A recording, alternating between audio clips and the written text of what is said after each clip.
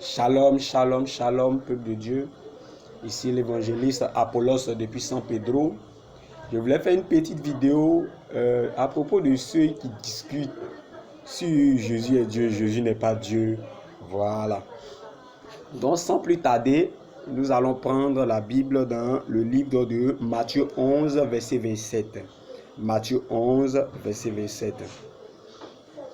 Jésus-Christ dit: toutes choses m'ont été données par mon Père, et personne ne connaît le Fils si ce n'est le Père.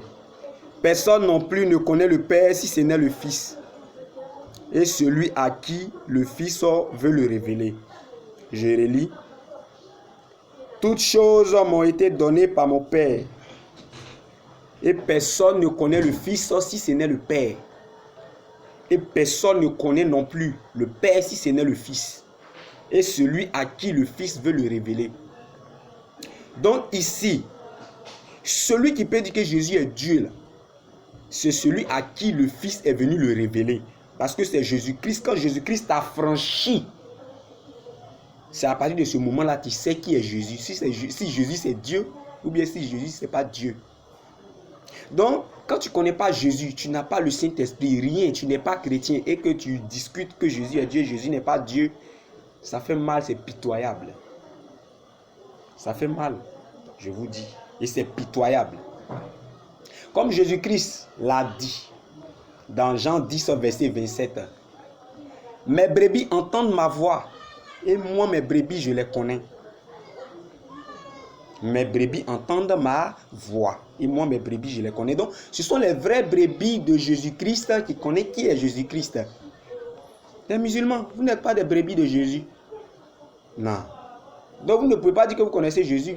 Ça fait pitié, mais c'est la pure vérité. Jésus-Christ même dit dans Jean 10, verset 30, « Moi et le Père, nous sommes un. Nous sommes la même personne. » Il dit encore à Philippe. Philippe demande, « Mais qui est Dieu le Père ?» Et Jésus-Christ lui dit, « Ah Philippe, depuis là je suis avec toi, donc tu ne m'as pas reconnu. Quiconque m'a vu a vu le Père en personne, parce que c'est moi-même le Père. » Donc Jésus-Christ, c'est Dieu qui s'est incarné dans la peau d'un homme pour venir. Les musulmans, vous êtes perdus. S'il vous plaît, revenez à Jésus. Jésus vous aime. Jésus-Christ vous aime. Le Coran et la Bible en sont unanimes dessus que Jésus-Christ n'a pas été fait de la sémence d'un homme. C'est le Saint-Esprit qui s'est incarné pour donner Jésus. Le Saint-Esprit est devenu l'homme dans le ventre de Marie pour sortir.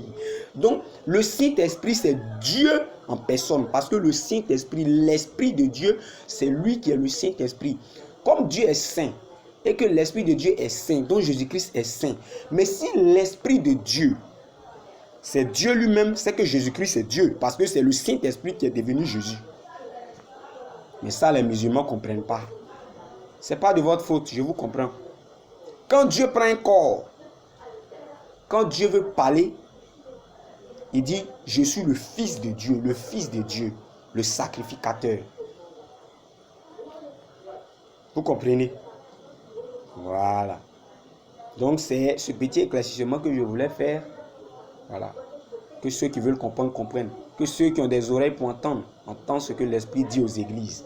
Tout le monde ne peut pas connaître qui est Jésus-Christ, à part ceux qui sont affranchis, ceux qui ont reçu le Saint-Esprit, qui ont reçu le baptême du Saint-Esprit, qui sont devenus des vrais enfants de Dieu.